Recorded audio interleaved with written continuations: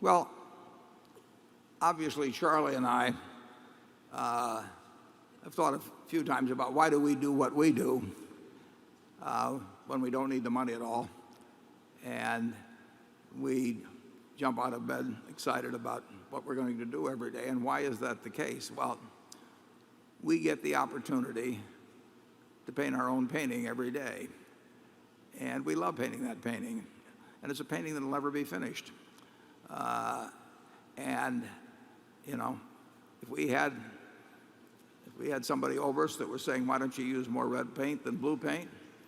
and we had all the money in the world, we might tell them what they could do with the paintbrush. But we get to paint our own painting, and ours overlap. We have more fun doing it together than we would have doing it singly, because it is more fun to do it with people around you that are pleasant, interesting to be around, and we also like applause. So if that works with us, we say to ourselves,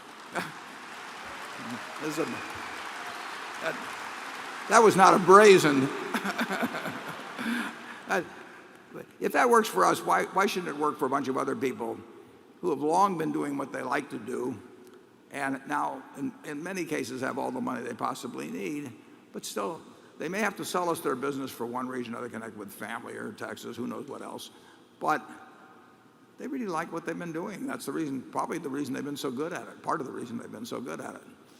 So we give them the paintbrush, let them keep the paintbrush, and we don't go around and tell them to use more red paint than blue paint or something of the sort. And we applaud, and we try to compensate them fairly, because though they aren't primarily doing it for the money in many cases, nobody likes to be taken advantage of. So but that has not been a big problem at Berkshire. We have not had compensation problems over time. If you think about it, over 40 odd years, the times when compensation has been of importance is just, practically nil. We don't. We'll just take we talked about the the compensation of two investment people. Those people are making below hedge fund standards, below private equity standards, and having a less favorable tax treatment. They'll still make a lot of money. I mean, huge amounts of money. And I hope that they are having a good time doing what they're doing. I think that's why they're here. And I think they'll enjoy it a lot more over the years than going around to a bunch of people explaining why they're worth 2 and 20, even in the years that aren't so good, and trying to attract new money when other people are making bigger promises someplace else. It's just a different way to live your life. So we want to have our managers enjoying their lives and enjoying their business lives, and we get rid of some of the things they don't like, a lot of them. I was with a fellow the other day that had come from England, and he's got plenty of business problems to work on, and he's spending a significant part of his time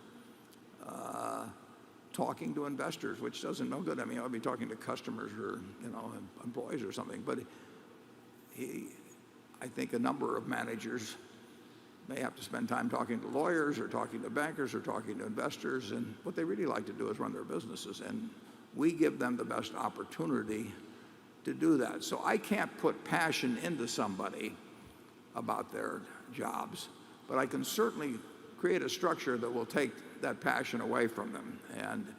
And Berkshire is a negative art in that way. We focus on not messing up something that's already good, and that's my job. And I think the person that follows me will have a very similar job. We have a bunch of managers nobody else can hire, and how many companies of size can you say that about around the country these days? And I think we will retain that advantage for many decades to come. It works, and people know that it works within the company. So it's self-reinforcing, and there's nothing like getting proof that what you've designed works to cause you to desire to perpetuate it and to build upon it. Charlie? Well, and we don't have any standard formulas like they have in some big companies where X% is on diversity and Y% is on something else and Z% is on something else, and everybody is putting all this stuff through a big human resources department. And every incentive arrangement with a key executive is different from every other. So we can't help you with a standard formula. We don't have one. Yeah, our businesses are also different. It'd be crazy to try and have some master arrangement, that involve return on capital. There's some businesses don't use any capital in our companies, or operating margins, and they're just, we could hire consultants in compensation to come in, and we never have. No, we never will.